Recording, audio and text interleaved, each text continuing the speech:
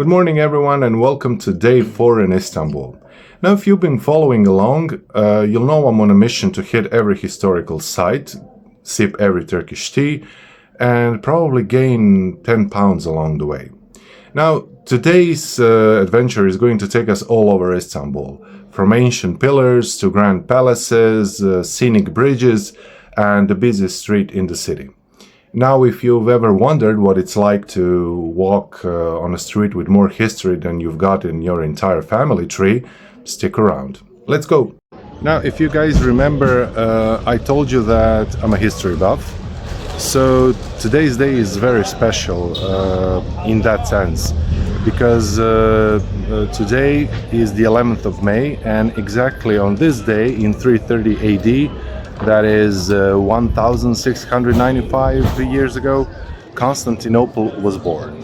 Until that day it was called Byzantium, ever since 660 BC. Now, why May 11th? It was treated as the city's official birthday, celebrated in the Byzantine calendar for centuries. Now, this isn't just throw a pillar in the middle of the street kind of situation. This thing is ancient. It was erected by Emperor Constantine on this day in 330 AD, the same day Constantinople was officially dedicated as the new capital of the Roman Empire. Now, it was meant to celebrate the foundation of Constantinople, which would later become Istanbul. This thing was once covered in bronze and had a statue of Constantine there on top. The original height was around 50 meters, which is 164 feet, with the statue included. Current height is about 35 meters, which is 115 feet, due to the loss of statue and other damages. Now, made of porphyry, a deep purple red stone sourced from Egypt, which symbolized imperial power. Composed of 7 cylindrical porphyry drums held together by bronze hands, which inspired the Turkish name Çemberliktaş, which is where it is located today, here in Çemberliktaş Square. In 1779, if I'm not mistaken, after a major fire, Ottoman Sultan Abdülhamid I reinforced the column with iron hoops, which led to its current Turkish name, which is Çemberliktaş Sütun. He also had a stone base added and placed an inscription in Ottoman Turkish dedicating the restoration to the welfare of the people. Some medieval legends claimed that Constantine's ashes were also buried beneath the column. However, that's just a legend. Okay guys, now we're off to Galata Bridge, so let's go!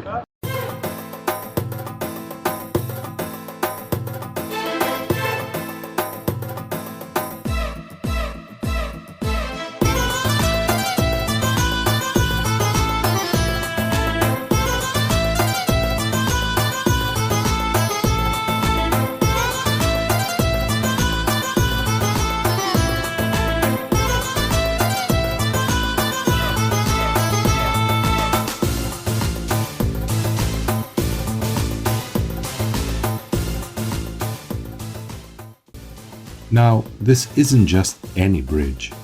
It's one of the oldest and most famous bridges in Istanbul. First constructed in the 6th century by Emperor Justinian, yet another emperor who loved a good bridge. It's been rebuilt multiple times. It connects the old city with the newer, more hip district of Beyoğlu. It's also the perfect place for fishermen to stand in the middle of traffic, cast their lines and make you wonder how they ever caught fish before Instagram. I mean, really, who needs actual fishing boats when you have this kind of bridge? Walk slowly and take in the views. It's a beautiful spot for photos with the mosque silhouettes in the background. The bridge is exactly 490 meters long, which is 1,608 feet. And no, this bridge doesn't take you to Asia, still Europe.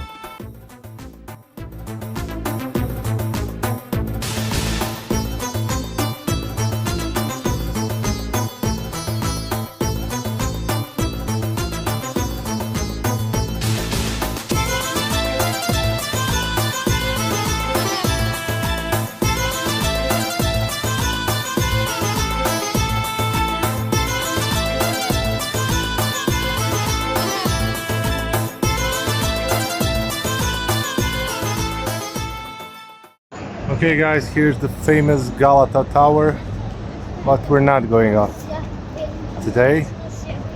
You wanna know why? I'll tell you why. I have nothing against the Galata Tower. It's iconic, historic, and looks great in photos. It's probably the most photographed tourist attraction in Istanbul. But paying 30 euros just to ride an elevator, glance at the city for 10 minutes, and navigate a packed viewing deck? I can't help but feel like it's a bit steep, and not just in altitude. Now, compare that with Topkapi Palace.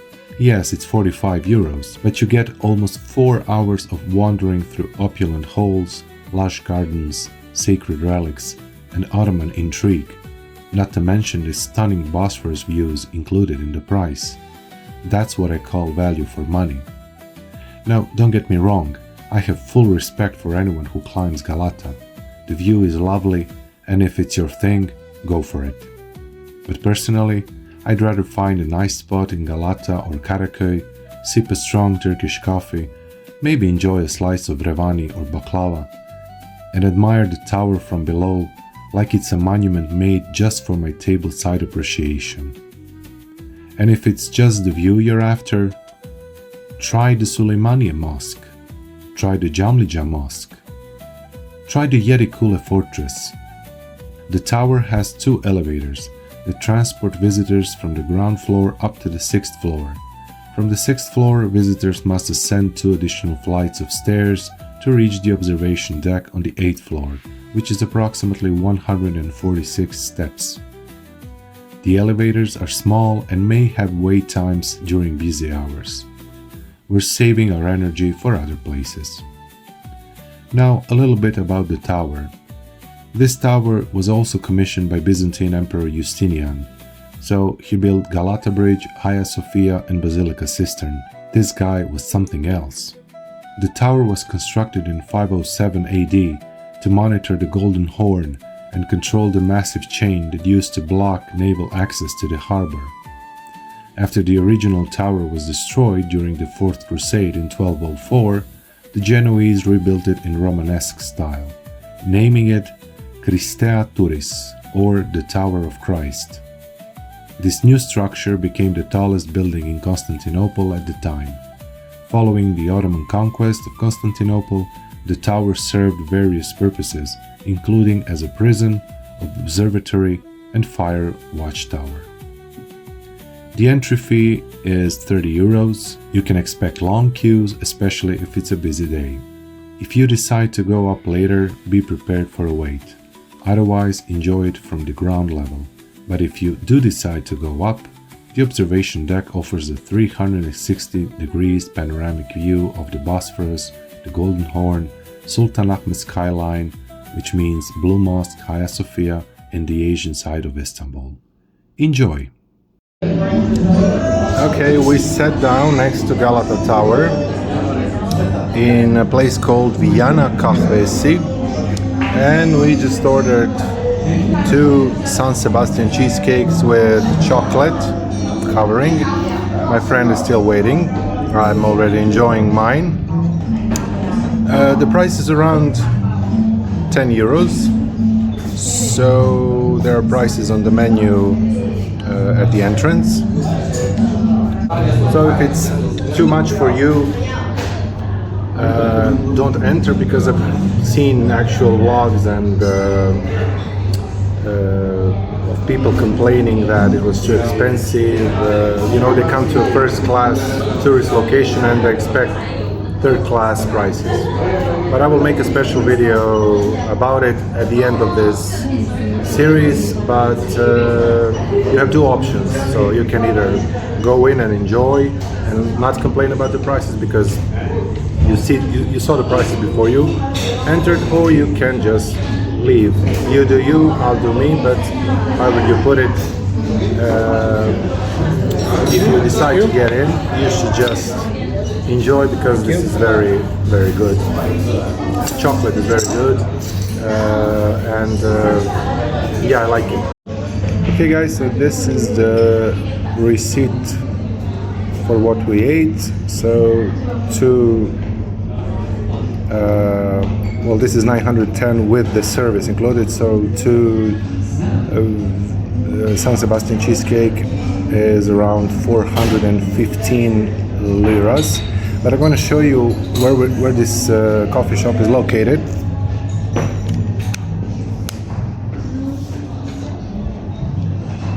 Look at this. It's right next to Galata Tower.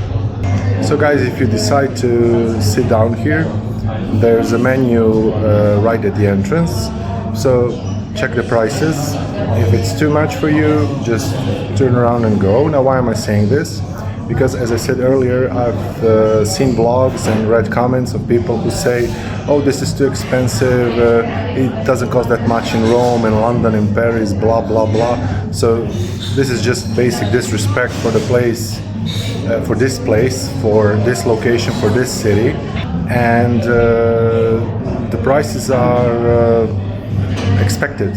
So if you see the prices and you say, okay, I've saved up a bit for this trip, I'm gonna, splurge a bit, go, enter, have fun, enjoy. It was very tasteful.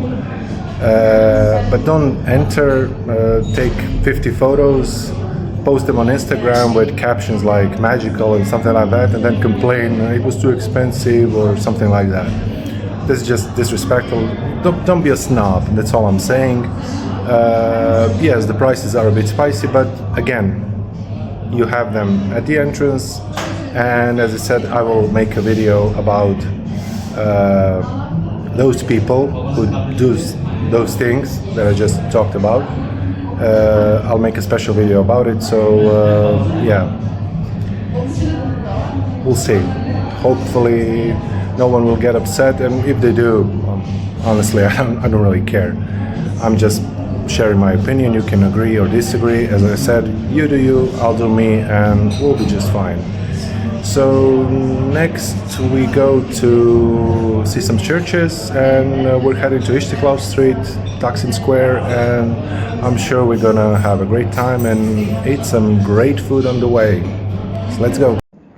Okay, we're just passing by the Mevlevi Lodge, home of the Whirling Dervishes. We're not going inside because, well, I'm not ready to join in on their spinning dance moves. These folks have been twirling and spinning in the name of spiritual enlightenment since the 13th century.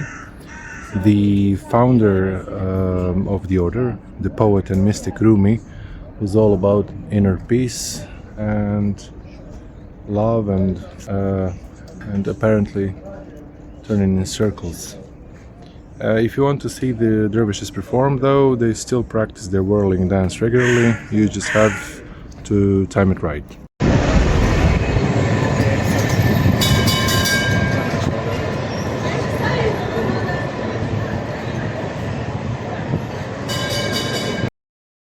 Okay, now we're visiting the Church of St. Anthony of Padua, an important place of worship for the Catholic community here in Istanbul. Built in the early 20th century, this church is a symbol of the diverse religious landscape of the city.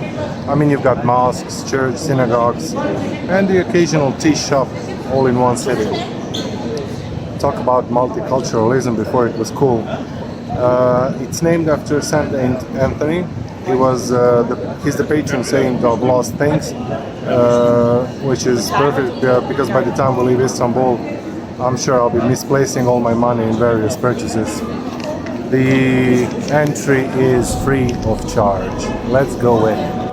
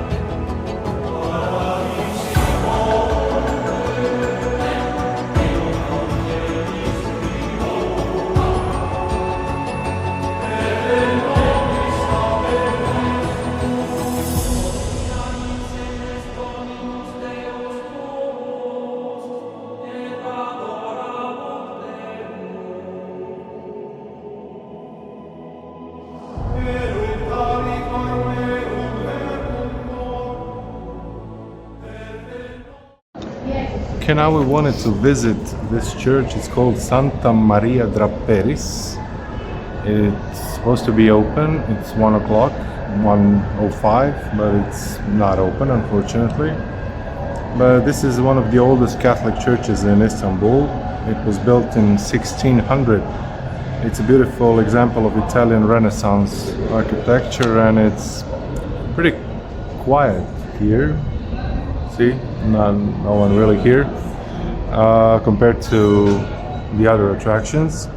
The church was constructed by the Italian community in Istanbul, which has left its mark all over the city. And the church has been the site of numerous important events and has a peaceful, almost hidden vibe, because when you walking on the main street, if you don't use Google Maps, you basically don't even notice it's here. The entry is free of charge, if we manage to get in, of course. Okay, we're obviously not getting in the church. It doesn't look like it's gonna be open anytime soon, so now we're hitting Istiklal Street. Let's go.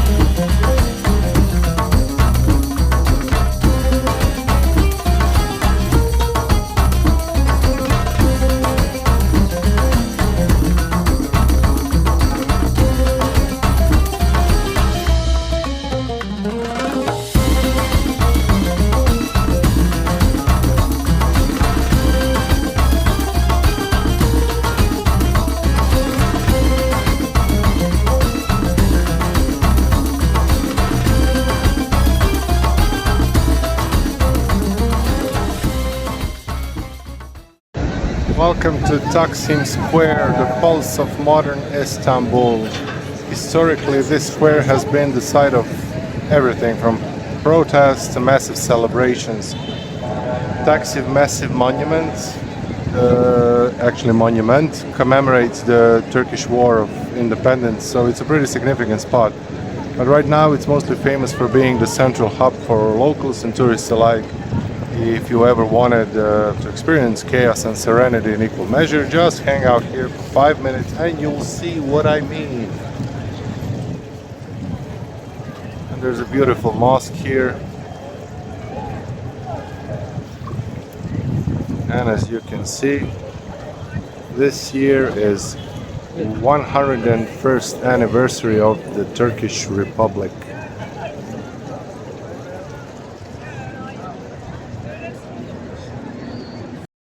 Okay, we're about to enter the Dolmabahce Palace, the epitome of Ottoman decadence.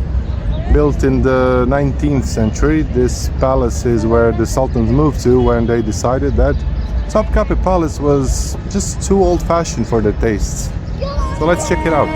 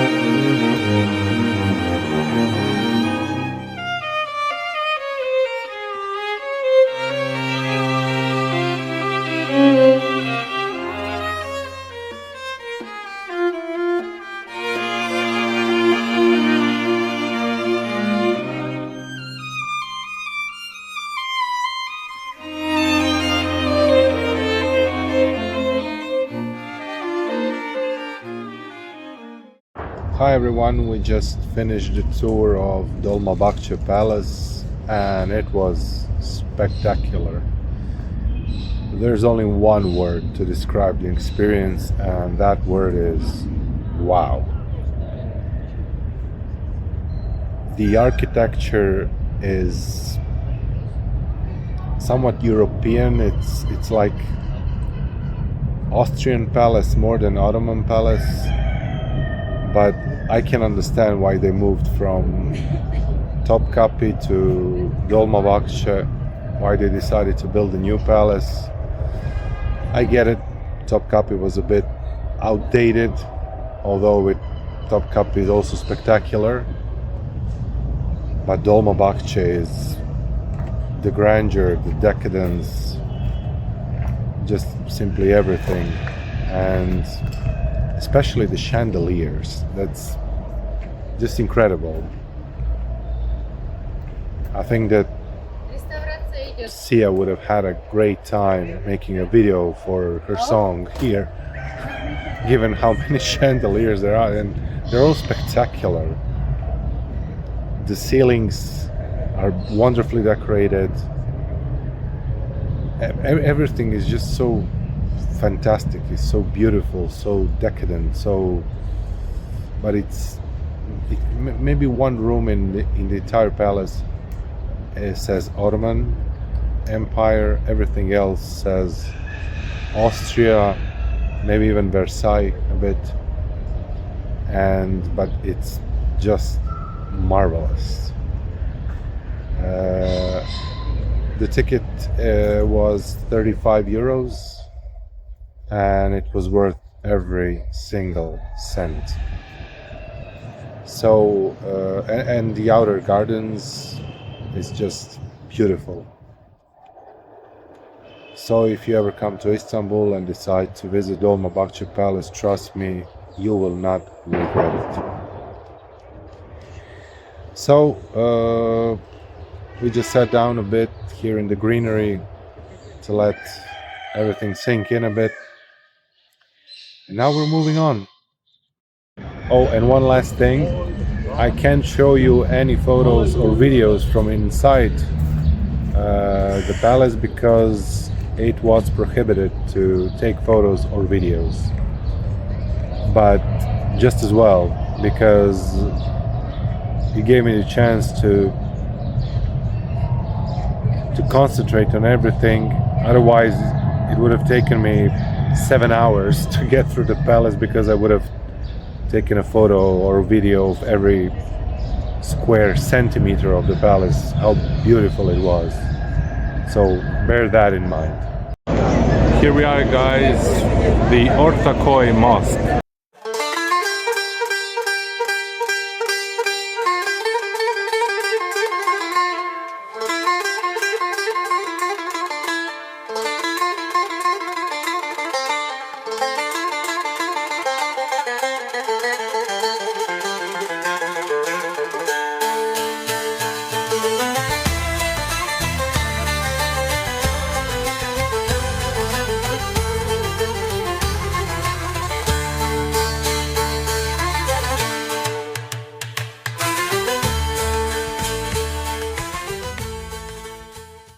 Okay guys, we bought something called kumpir. It's right next to the Ortakoy Mosque. There are a lot of kumpir stands. You get a huge potato and you can choose whatever you want for inside. Couscous, cabbage, olives, ketchup, mayonnaise, corn, meat, sausages, salads. It's just amazing, and it's only 300 liras. I highly recommend it. Hello guys, good evening. It has been a long day, but it was amazing as the previous two. And today we've seen so many things. I'm trying to remember. So we crossed over Galata Bridge. We saw Galata Tower, Istiklal Street, Taksim Square. We saw Beşiktaş Stadium, which is right next to Dolmabahce Palace. And Dolmabahce Palace. That's a video for itself. Trust me. And after Dolmabahce Palace, we walked some more to Ortakoy Mosque, where we ate that kumpir thing, which was amazing. And given the fact that it was a football match today, it was Besiktas versus, I don't know, someone. The traffic was crazy, especially after the game. Uh, After Ortakoy, we decided to wait for a bus to take us to Taksim Square again. However, that bus did not show up. The bus stop was full of people, and it's amazing that people are still entering the bus, and when the driver decides that the bus is full enough, he just starts moving while people are still boarding and with doors still open, which is very dangerous. However, yeah, that's what the driver did. Not the driver.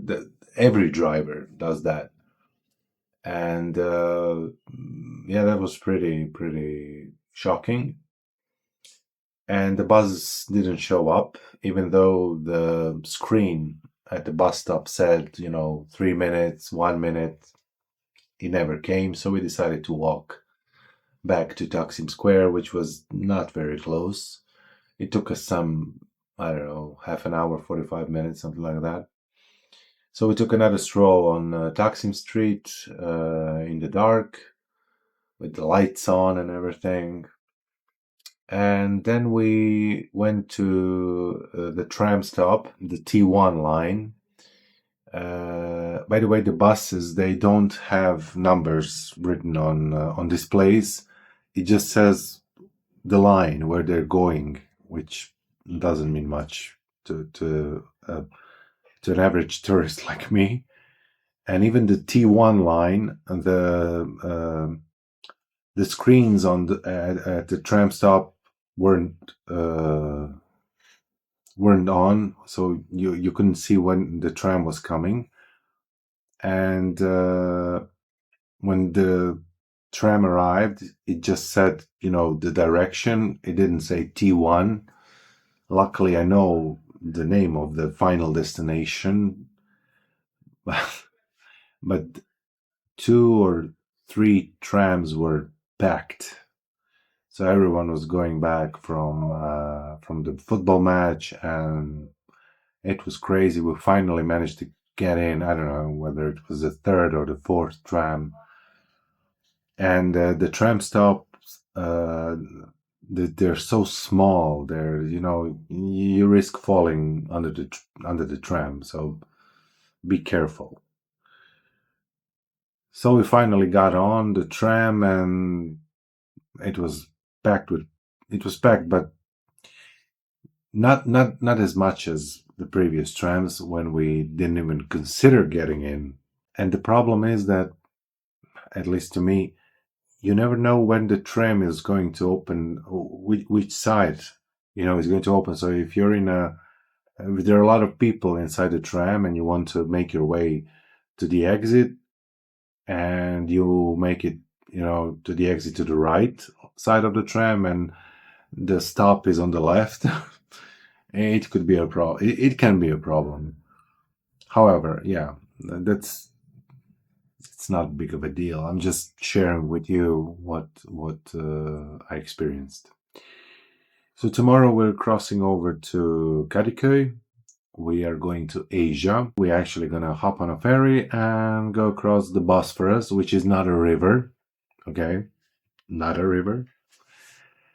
And we're gonna look around a bit. They say there aren't so many tourists there. That the prices are lower. How much lower? We'll see. We have a plan to visit this place with very good Turkish dish called mantı. It's like Turkish ravioli, something like that. And we'll see how much time we're gonna spend there. Then when we go back to the European side. We'll do something. I don't know. This is an amazing city. It looks like it never sleeps, and it's just amazing. We've done some. Well, my Google app called Google Fit shows that we've done some 70 kilometers in 3 days, which is amazing. And yet I feel that I've gained weight in the past 3 days because we've eaten amazing food and a lot of it. Yeah, so I don't think that walking really counts. No, does it? Anyway, I'm knackered. I'm going to hit the shower and just go to sleep. Tomorrow is going to be a bit more, relaxing day. No sights to see, no strict itinerary. So I hope it will be relaxing.